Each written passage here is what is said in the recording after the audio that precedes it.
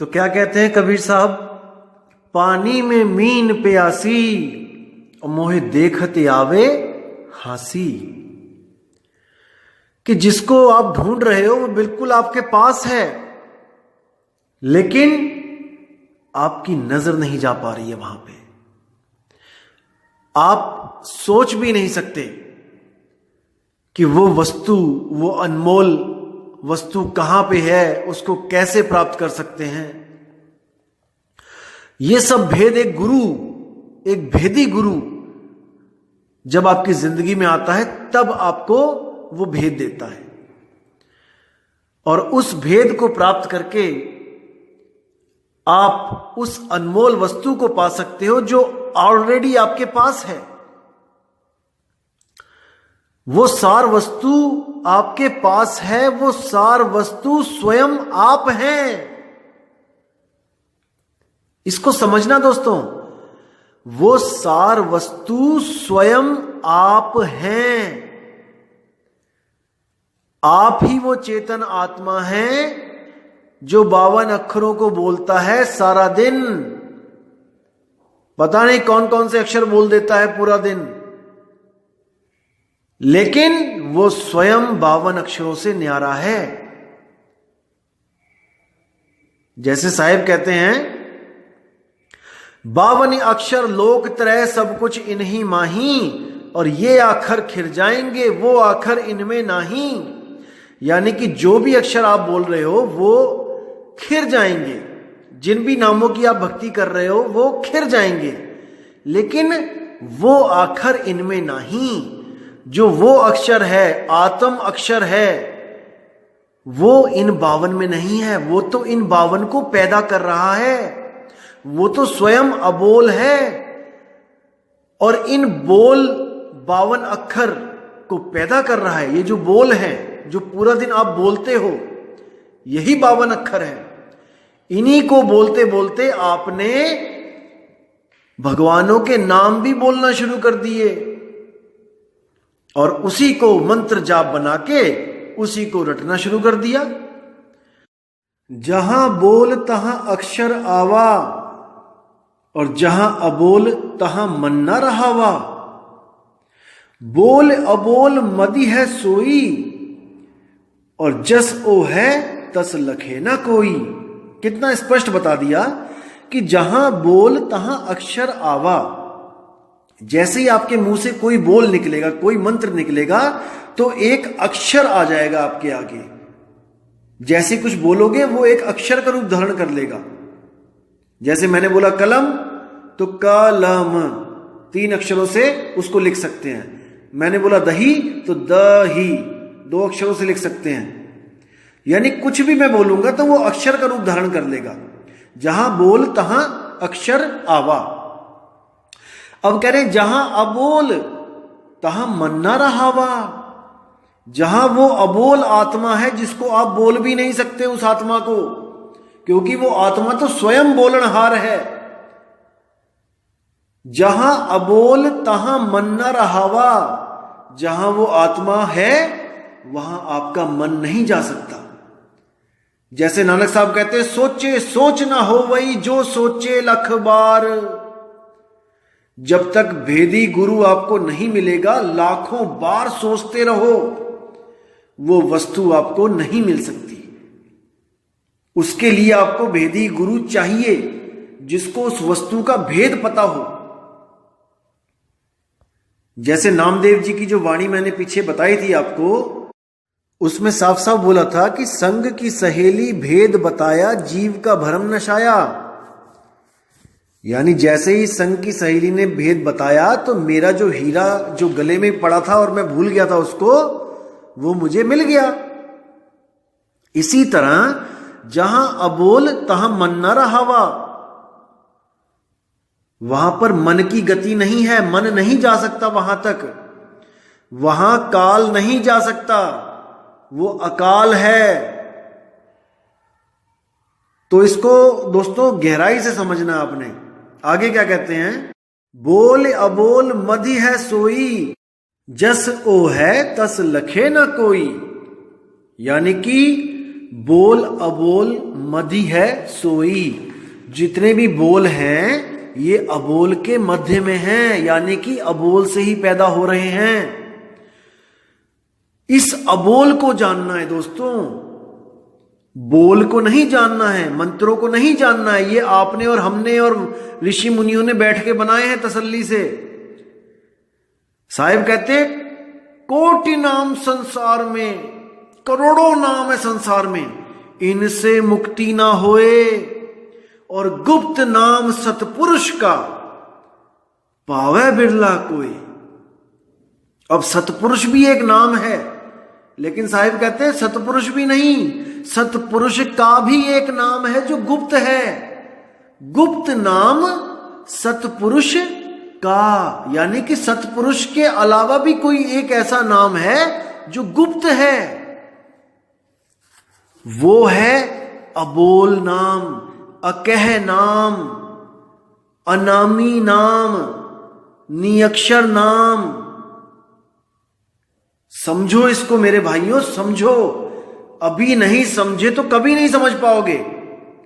वही अनामी नाम, अकह नाम इस आत्मा को बोलते हैं। इस आत्मा का कोई नाम नहीं है। जितने भी नाम हैं शरीरों के नाम हैं, लेकिन ये आत्मा नामों से परे है। तो आगे क्या बोलते हैं? आत्म ज्ञान बिना नर भटके, कभी मथुरा कभी काशी।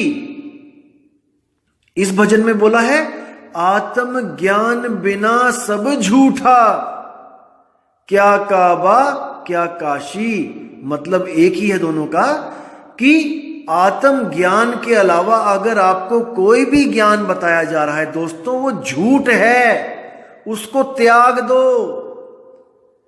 कभी काबा कभी काशी, कभी काबा भाग रहे हैं, कभी काशी भाग रहे हैं, कभी मंदिर भाग रहे हैं, कभी मस्जिद भाग रहे हैं, कभी गुरुद्वारा भाग रहे हैं, कभी किसी गुरु के पास भाग रहे हैं, कभी किसी गुरु की शरण में जा रहे हैं, कभी कहीं पे डंडे खा रहे हैं, कभी कहीं पे झगड़ा कर रहे हैं, कभी कहीं पे गोलियां चल रही हैं। दोस्तों हमें आत्मज्ञान चाहिए था, हम कहां उलझ के रह गए। इतना कुछ होने के बाद भी आत्मज्ञान के नाम पे जीरो हैं हम अभी भी। क्या फायदा हुआ इतना बलिदान देने का, इतने कष्ट सहने का? जो मूल ज्ञान है वो तो है ही नहीं। तो साहिब कह रहे हैं आत्म ज्ञान बिना सब झूठा, क्या काबा क्या काशी। मेरे भाई वो गुरु धारण कर ले जो तुझे आत्म ज्ञान करवा दे, क्योंकि आत्मा ही वो शब्द है जो समय से पार है। समय उसका कुछ नहीं बिगाड़ सकता। समय मतलब काल, जो भी समय की हद में आ गया वो काल के मुंह में चला गया। इसीलिए कहा जाता है जब तक ना चीन्होगे आत्म तब तक ना मिली है परमात्म। जब तक तुम अपनी आत्मा को नहीं चीन्होगे, तुम्हें यह ज्ञान नहीं होगा कि मैं एक आत्मा हूं, मैं आत्मदेव हूं, मेरी जन्म और मेरी मृत्यु नहीं होती, मैं जन्म मरण से न्यारा हूं, लेकिन मैं भूल के कारण इस दुनिया में आया और जन्म मरण के चक्कर में पड़ गया। इसको समझो मेरे भाइयों, यही मूल ज्ञान है। घर में धरी वस्तु नहीं सूझे। कितनी प्यारी, कितनी गहरी बात है यहां पे। देखो कितना क्लियर कर दिया साहिब ने, बात ही खत्म कर दी। अब कई लोग कहते हैं जो वस्तु मेरे पास है वो पूरे ब्रह्मांड में नहीं है। देखो उन अज्ञानियों को क्या बोल रहे हैं साहिब, घर में धरी वस्तु नहीं सूझे, बाहर ढूंढन जासी। घर में वस्तु पड़ी हुई है, लेकिन हमें खबर ही नहीं है, पता नहीं कहां कहां भटक रहे हैं हम, और ऐसे ऐसे गुरुओं के चक्कर में पड़ रहे हैं जो वो सार वस्तु हमारे कान में डाल रहे हैं। देखो कितनी बड़ी हमारी फूटी किस्मत है जो ऐसे ऐसे संत पड़े हैं यहां पे, जो हमारी वस्तु जो हमारे घर में पड़ी है वो नहीं लखा सकते क्योंकि उनको भेद ही नहीं पता है, और भरमाने के लिए हमारे सिर पे हाथ रख के कान में वस्तु डाल रहे हैं। देखो कितनी बड़ी दुविधा है, कितने फूटे भाग हैं उन जीवों के जो ऐसे ऐसे गुरुओं की शरण में बैठे हैं और सोच रहे हैं कि हमारे गुरु के पास वो वस्तु है जो पूरे ब्रह्मांड में नहीं है। अंत समय में उन हंसों के साथ जो होगा दोस्तों, उसको सोच के रूह कांप जाती है। वो सहज अवस्था में प्राण नहीं त्याग पाएंगे क्योंकि उनको वस्तु का पता ही नहीं है।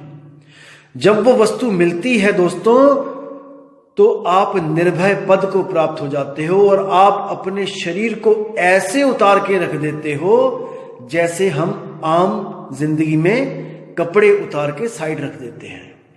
ऐसे अपने शरीर को आप मौत के वक्त उतार के साइड रख दोगे। आंखें खुली होंगी और सुरती मालिक के साथ जुड़ी होगी, सुरती अपने स्वरूप के साथ जुड़ी होगी। अब क्या करना है फिर? बस सहजता के साथ इस शरीर को उतार के साइड में रख देना है। जब मौत आएगी, इसको बड़ी सहजता से इसको छोड़ना है।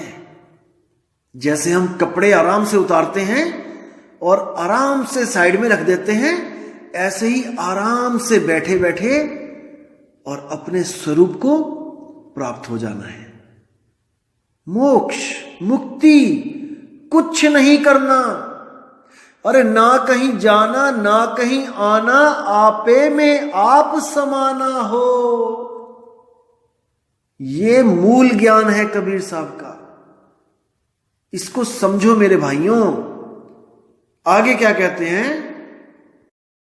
अब कहते हैं मृग के नाभि माह कस्तूरी।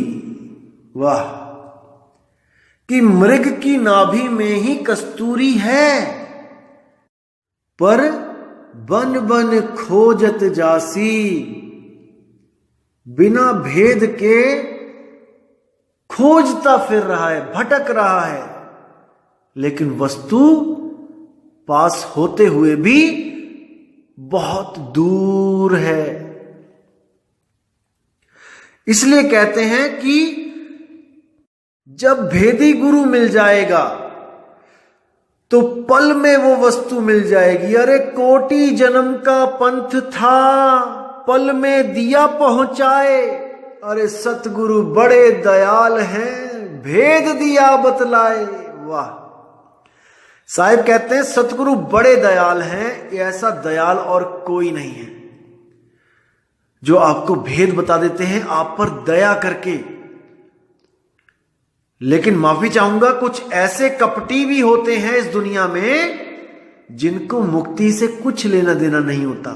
वो तो बस ये देखने जाते हैं कि वो गुरु क्या दे रहा है, वो गुरु क्या दे रहा है, वो गुरु क्या दे रहा है, और उनको ज्ञान से कुछ लेना देना नहीं होता। भेद नहीं जान पाते हैं और अपना दिमाग लगा के, जो एक्स्ट्रा दिमाग लगा के अपने मन से ही कुछ ना कुछ उल्टा पुल्टा सोच के कि शायद वो ऐसे करवाते होंगे, शायद वो ऐसे करवाते होंगे, शायद ऐसा हो जाएगा, और अपने मन की खिचड़ी बना के पका के वापस बेरंग लिफाफे की तरह अपने घर वापस पहुंच जाते हैं। यानी कि बारिश में घड़ा लेके गए भरने के लिए, लेकिन घड़ा उल्टा था, भरेगा कैसे? जब तक बर्तन सीधा नहीं करोगे उसमें पानी नहीं जाएगा। तो साहिब कह रहे हैं वस्तु तुम्हारे पास है, वो सार वस्तु तुम्हें कोई दे नहीं सकता, कोई भी नहीं दे सकता। अरे उस कस्तूरी कौन दे सकता है हिरन को, मुझे कोई बताए। लेकिन भेद ना होने के कारण उसके पास जो कस्तूरी है वो उससे बहुत दूर है। कस्तूरी कुंडल बसे मर्ग ढूंढे बन माही, अरे ऐसे रमता राम है दुनिया जाने नाही। वो रमता राम वो सब में बस रहा है, लेकिन बलिहारी वा घट की जिस घट परगट होई,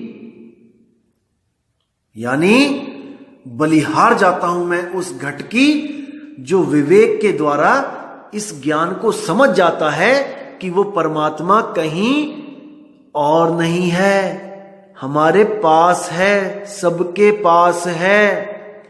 वो किसी सतलोक में नहीं बैठा है, किसी कुर्सी पे, किसी मेज पे, किसी तख्त पे।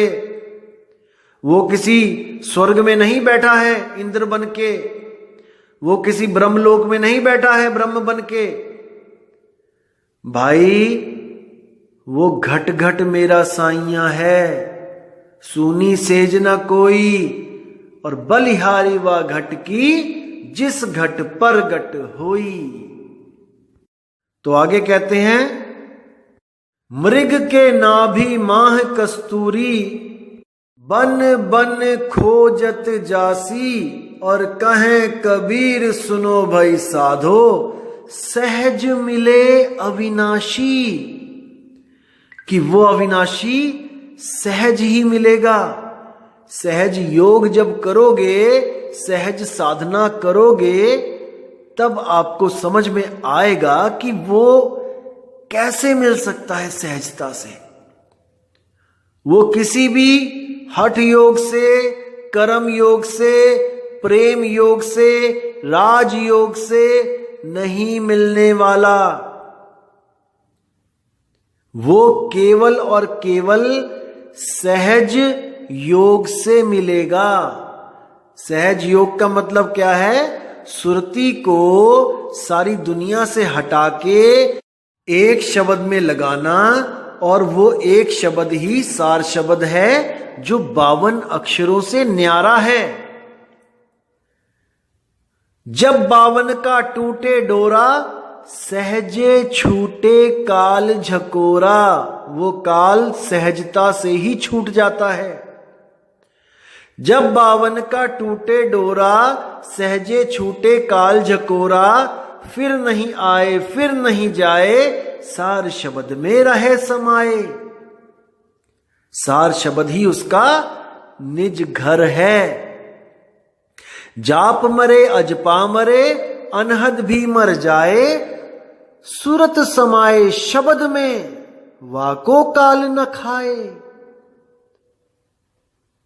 अगर सार शब्द में वो सूरत समा गई तो काल की पहुंच वहां तक नहीं है। काल वहां पहुंच ही नहीं सकता। तो इसको समझना है दोस्तों मेरे, इस बातों को समझना है। ये समझोगे तो मूल ज्ञान को प्राप्त कर जाओगे, वरना उस पवित्र ज्ञान में ही उलझे रहोगे। मूल ज्ञान और पवित्र ज्ञान में जमीन आसमान का अंतर होता है दोस्तों। पवित्र ज्ञान बच्चों के लिए बनाया गया है, जो अभी भक्ति की ABCD नहीं जानते हैं, उनके लिए बनाया गया है, ताकि उनका ब्रह्मा विष्णु महेश, शेरावाली माता और उसके जो पति काल हैं, जिसको हम कहते हैं मन और माया। मन कौन है? ये अलख है, इसको कहते हैं अलख निरंजन। और माया कौन है? वो आदि माया, महामाई, शेरावाली अष्टांगी। मन और माया ही काल और शेरावाली हैं, और इनके 3 पुत्र हैं, रजोगुण, सतोगुण, तमोगुण, यानी ब्रह्मा विष्णु महेश। केवल इन 3 गुण और मन माया से अलग करने के लिए इस जीव को पवित्र ज्ञान सुनाया जाता है। पवित्र ज्ञान एक छोटी कहानी है, जिससे आपको यह ज्ञान हो जाता है कि हमने किसकी पूजा नहीं करनी है, कहां पे नहीं उलझना है। ये ज्ञान गीता में भी बोला गया है कि जो लोग रजोगुण सत्वगुण तमोगुण की भक्ति करते हैं उनको मैं प्राप्त नहीं हो सकता। इसी चीज को कबीर साहब ने बोला है अनुराग सागर में कि ब्रह्मा विष्णु महेश की जो भक्ति करते हैं वो काल के लोक में ही रहते हैं। गीता में इन तीनों गुणों से तो परे बोल दिया गया है, लेकिन उठा के फिर ओंकार में यानी 52 अक्षर में जीव को उलझा दिया कि ओम का सिमरण करो, एक अक्षर ओम ही मेरा मंत्र है, मुझे पाने की विधि है।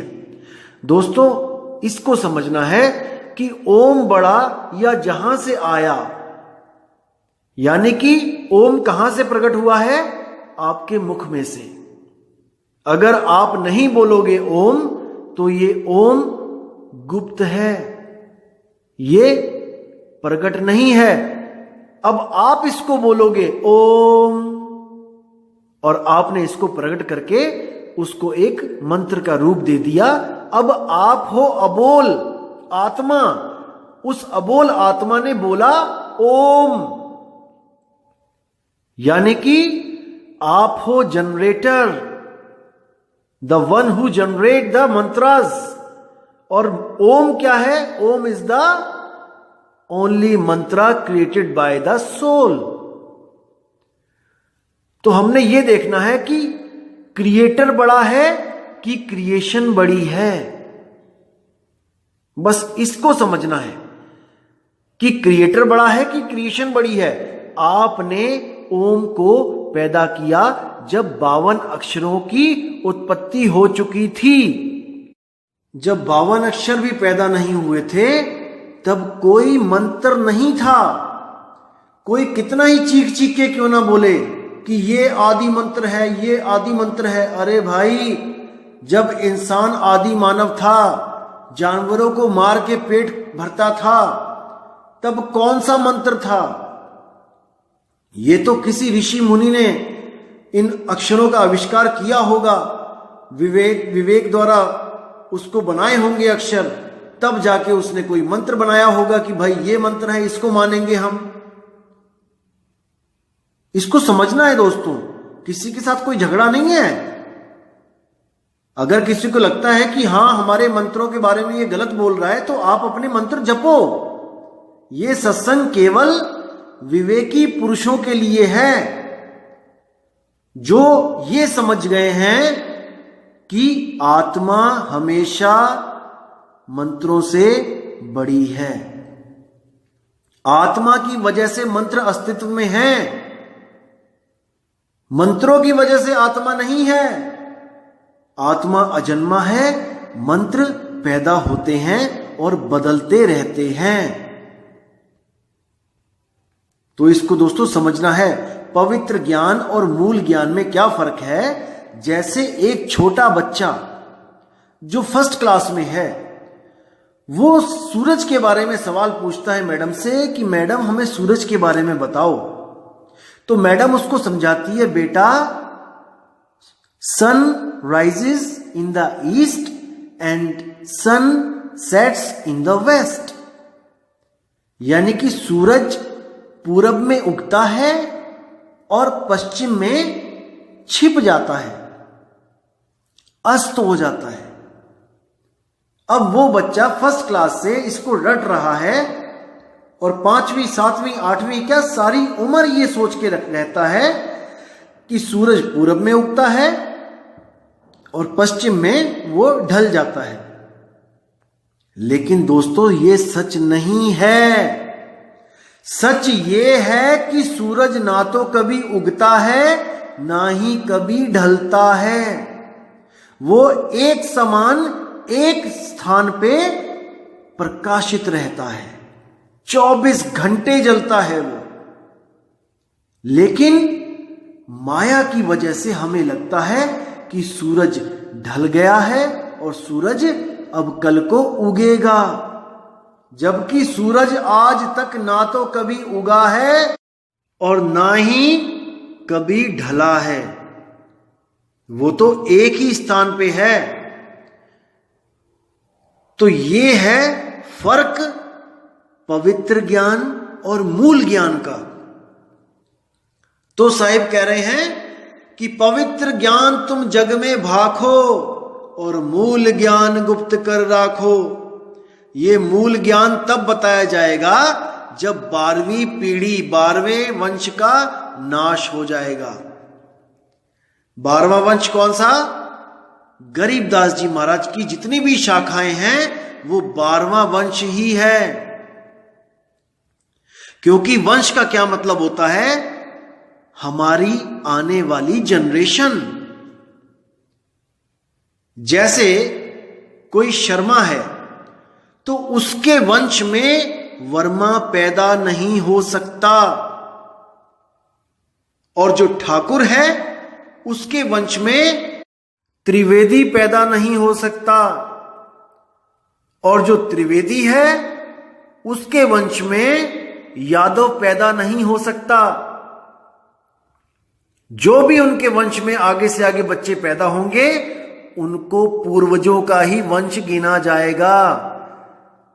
प्रथम वंश में द्वितीय वंश नहीं पैदा हो सकता, द्वितीय वंश में तृतीय वंश पैदा नहीं हो सकता। इसी तरह 12वें वंश में जो भी आ गया, जिसके पास गरीबदास जी की फोटो लग गई, जिसके आश्रम में, वो 12.1, 12.2, 12.3 तो कहला सकते हैं, लेकिन 13 नहीं, क्योंकि 13वां वंश 12 से सर्वथा अलग भिन्न होगा, क्योंकि पूर्वज ही चेंज हो जाएगा। यह है मूल ज्ञान। 12वें वंश का जो प्रथम आचार्य है वो गरीबदास जी महाराज, और जो 13वें वंश के प्रथम आचार्य हैं वो मदन साहिब जी। तो इसको अच्छी तरह मन में बैठा लो। आपको मैं एक ऐसी चीज दिखाऊंगा ग्रंथों में कि आप भी सोच में पड़ जाओगे कि ऐसा कैसे हो सकता है। कई लोग मुझे पूछते हैं क्या कोई सबूत है कबीर साहब के साथ मदन साहिब का कोई नाम लिखा हो कहीं पे, कि कबीर साहिब ने मदन साहिब के बारे में कहीं बात करी हो? दोस्तों है, और श्री गुरु ग्रंथ साहब में ही दिखाऊंगा, कबीर साहब की वाणी में आपको दिखाऊंगा, जहां पे दोनों का नाम एक साथ लिखा है और गुप्त भेद रहस्य भी बताया गया है वहां पे। लेकिन अभी उस ज्ञान को ढका रहने देना है। जब आखिर में मेरी 100वीं, 150वीं, 200वीं, 500वीं, 1000वीं ऑडियो आएगी, सबसे आखिरी ऑडियो में मैं आपको वो ज्ञान दिखाऊंगा जहां पे दोनों महापुरुषों का नाम एक साथ लिखा होगा, और बड़ी सुंदर वाणी है। जब मैं उसका अर्थ करूंगा आप निहाल हो जाओगे। तो दोस्तों, आज का ज्ञान क्या था कि सहज मिले अविनाशी, वो परमात्मा, वो आत्म स्वरूप आपको सहज में मिलेगा। आपको कोई योग, जप, तप, पूजा पाठ, आरती, यज्ञ कुछ करने की जरूरत नहीं है। यहां तक कि धूप, अगरबत्ती, जोत भी नहीं जलानी पड़ेगी। यह भी कर्म कांड है। साहिब कहते हैं, भला हुआ मेरी माला टूट गई, मैं राम भजन से छूटी। मतलब अच्छा हुआ मुझे सतगुरु मिल गए, मेरी माला फाला, अगरबत्ती, जोत, देसी घी की जोत, मंत्र शंतर तंत्र सब कुछ छुड़वा दिया मेरे सतगुरु ने। तो दोस्तों, इस निर्मल ज्ञान को समझना है विवेक के द्वारा, और ये दास आपकी हर मदद करने के लिए तत्पर है। दोस्तों, 550 से ज्यादा मेल आ गई हैं जो लोग एड्रेस मांग रहे हैं गुरु जी के सत्संग का। कहां बैठाएंगे 550 लोगों को? वो जगह बहुत छोटी है। हमारे गुरु जी कोई करोड़पति अरबपति नहीं है। मन लागो मेरो यार फकीरी में, और जो सुख मिलता राम भजन में, सो सुख नहीं अमीरी में। तो दोस्तों, बहुत मुश्किल हो जाएगा। मैं बहुत कम लोगों को वो एड्रेस दूंगा जहां पर आप लोग जा सकते हो और गुरुजी का सत्संग सुन सकते हो। और देखो, मैं आपको क्लियर बता देता हूं कि हमारे पंथ में ऐसा नहीं होता कि केवल एक गुरु सत्संग पे बैठा होगा वहां पर स्टेज पे और वही केवल बोलेगा, ऐसा हमारे पंथ में नहीं होता। मैंने पहले भी आपको वाणी रखी थी कबीर साहब की, आओ संतो मेला कीजिए, खाली है तो भर भर लीजिए और भरे हैं तो शक शक पीजिए। यानी कि संतों मेला कीजिए, वहां पे आपको मेला दिखाई देगा। कम से कम 10 से 15 20 संत आपको स्टेज पे बैठे दिखाई देंगे। हर संत को अधिकार होगा अपनी बात रखने का, वाणियों के द्वारा आपको वो समझाएंगे और आपने निर्णय करना है वाणियों को सुन के कि कौन संत कहां की महिमा गा रहा है और किस शब्द का वो भेदी है। समझ रहे हैं? वहां पर ऐसा नहीं है कि आप किसी पंथ में जाके देखो तो वहां पे एक ही गुरु होता है, वो कभी दूसरे गुरु को इनवाइट तक नहीं करता है कि भाई मैं भी परमात्मा का प्रचार कर रहा हूं, आप भी परमात्मा का प्रचार कर रहे हो और परमात्मा एक है, आओ आज मेरी गद्दी पे आप बैठ के सत्संग करो। दोस्तों, ऐसा कोई नहीं मिलेगा आपको। ये सब गुरु जो बैठे हुए हैं ना अपनी अपनी दुकानों पे, ये सब चौधरी बने हुए हैं। इनको दूसरा चौधरी नहीं चाहिए अपनी गद्दी पे। ये स्वयं परमात्मा बन के बैठे हैं कि जो मैं हूं वो कोई भी नहीं है, और बातें करेंगे कि सब में परमात्मा है। अरे आपने कभी किसी और पंथ वाले गुरु को बुलाया है अपनी गद्दी पे बैठ के वो उसी परमात्मा का गुणगान करे जिसका आप कर रहे हो? अगर परमात्मा एक है तो ये केवल आपको सुनाने के लिए कहते हैं कि परमात्मा एक है। इनके मन भी एक नहीं हुए हैं इन गुरुओं के। चोरी छुपके बीच बीच में टांग खींचते हैं एक दूसरे की कि वो सतगुरु नहीं है, सतगुरु तो हम हैं। हम 5 नाम देते हैं, हम 3 नाम देते हैं, यानी कि अपने आप को भी अलग कर लेते हैं बाकियों से। परमात्मा एक है लेकिन नाम ये 5 देते हैं महाराज जी। अब इनसे कोई पूछने वाला नहीं ना कोई कि जब परमात्मा एक है तो ये 5 नाम क्यों देते हो? जो एक नाम दे रहा है क्या उसका परमात्मा छोटा हो गया क्योंकि एक नाम है, और 5 नाम वाले का परमात्मा बड्डा हो गया, बड्डियां जोता वाला हो गया? तो इस भरम जाल में इन संतों ने उलझा रखा है। असल में ना तो एक नाम, ना 5 नाम, ना 10 नाम, वो तो अनाम है, उसका तो कोई नाम नहीं। और जो उसमें फर्क करता है कि वो 1 और 2 और 3 और 4 में मिलेगा, उसको अभी कुछ पता नहीं। राम कबीरा एक हैं, कहन सुनन में 2, और 2 करके वो जानते जिन्हें सतगुरु मिलाना हो। वो आत्म तत्व एक है, चाहे उसे राम कह लो, चाहे उसे कृष्ण कह लो, चाहे उसे विष्णु कह लो, चाहे उसे ब्रह्मा कह लो, चाहे उसे कुछ भी कह लो, लेकिन हमने आत्म तत्व को जानना है, ना कि शरीरों की पूजा करनी है। राम कृष्ण हनुमान से हमें कोई प्रॉब्लम नहीं है, वो भी आत्म देव हैं, लेकिन वो अपने आत्मा को पहचान नहीं पाए। वो भी किसी ना किसी मंत्र का जाप करके इस दुनिया को अलविदा कह के अपने अपने धाम को चले गए। कहने का ये मतलब है, आप किसी भी गुरु की वाणी उठाओगे, आप किसी की भी वाणी उठाओगे, वहां पर नाम की महिमा मिलेगी, लेकिन वो नाम अनाम है। इसको समझना है दोस्तों, तभी कॉन्सेप्ट क्लियर होंगे। तो दोस्तों, वीडियो ज्यादा लंबी हो गई है आज, और मैं अब आपसे विदा चाहूंगा और उम्मीद करूंगा कि आपको ये समझ में आ रही होंगी मेरी बातें। ये कबीर साहब का मूल ज्ञान है, इसको बहुत ही धैर्य के साथ समझना है। मैं 5 दिन में भी अगर कोई ऑडियो डालता हूं तो आप फिक्र मत करें, मैं कहीं जा नहीं रहा हूं, आपकी सेवा में मैं तत्पर हूं, लगा हुआ हूं, विवेक जगाने में लगा हुआ हूं। लेकिन जिस दिन मैं कुछ नहीं डालता हूं, उस दिन आपने मेरी पिछली ऑडियोज 4-4, 5-5 बार सुननी है, ताकि उसमें से कुछ गहरे रहस्य आपको बार बार पता लगते जाएं। मैं अभी कमेंट चेक कर रहा था, एक भाई ने मुझे क्या बोला कि सॉरी भैया, मैंने आपसे जो पीछे सवाल पूछा था, ये वीडियो मैंने दोबारा जब सुनी तो मेरा वो सवाल कॉन्सेप्ट क्लियर हो गया। तो दोस्तों, आपके सारे कॉन्सेप्ट क्लियर होंगे, एक बार नहीं सुनना है इसको आपने बार बार सुनना है।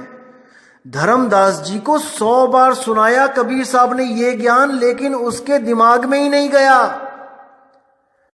इसलिए कबीर साहब ने अनुराग सागर की एक कहानी बना के उसको समझाने की कोशिश करी,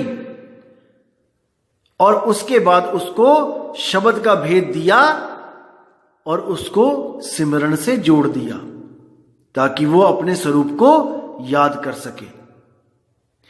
लेकिन मैं आपको सुना रहा हूं ये मूल ज्ञान, इसको आपने बार बार सुनना है, बार बार समझना है दोस्तों, क्योंकि धर्मदास तो अटल हो गया था कबीर साहब पे कि जो आप कहोगे, जैसा आप कहोगे मैं मानूंगा। लेकिन दोस्तों, आप नहीं अटल हो पाओगे मेरे इस ज्ञान के ऊपर, क्योंकि आपका विश्वास तब बनेगा जब आप पूरा ज्ञान समझ जाओगे और आपके मन में 1% भी संशय नहीं बचेगा, कोई सवाल नहीं बचेगा। तब आपके हृदय में ये ज्ञान अपना घर कर सकता है। अन्यथा जल्दबाजी में आप कहो कि मैं ज्ञान को ना समझूं और मैं नाम ले लूं, दोस्तों वो टिकेगा नहीं, आप टिक नहीं पाओगे। आपके मन में हमेशा यही भ्रम रहेगा कि पता नहीं मैं सही कर रहा भी हूं कि नहीं। और जब आप डबल माइंडेड हो जाओगे, आप भक्ति नहीं कर पाओगे। दोस्तों, ये जो रिश्ता है, ये विश्वास का रिश्ता है। कहे कबीर सुनो भाई साधो, मैं तो हूं विश्वास में। जिस दिन आपके मन को ये विश्वास हो गया, आपकी आत्मा को ये विश्वास हो गया कि वो 52 अक्षर से मिलेगा ही नहीं, दोस्तों फिर वो दूर भी नहीं है, फिर वो कोई दूर नहीं है घट में पर दूर बतावे दूर की बात निरासी। कहे कबीर सुनो भाई संतों, सहज मिले अविनाशी। वो सहज में मिलेगा, और जब वो मिलेगा तो सारे भ्रम खत्म हो जाएंगे। तो दोस्तों, अब आपसे मैं विदा चाहूंगा और मैं मालिक से दुआ करूंगा कि वो आपको इतना विवेक दे, इतना विवेक दे कि आप मुझे भी पीछे छोड़ जाओ। जरूर आएगा वो दिन जब आप मुझसे भी ज्यादा विवेकी हो जाओगे। तो इसी उम्मीद के साथ मैं आपसे विदा चाहूंगा मेरे दोस्तों, मेरे भाइयों, मेरे मालिक के हंसों। जय गुरुबंदी छोड़ वैराग साहिब जी, जय गुरुबंदी छोड़ मदन साहिब जी, जय जय गुरुबंदी छोड़ सतगुरु सत्य कबीर साहिब जी की सदा ही जय हो। साहिब बंदगी सतनाम।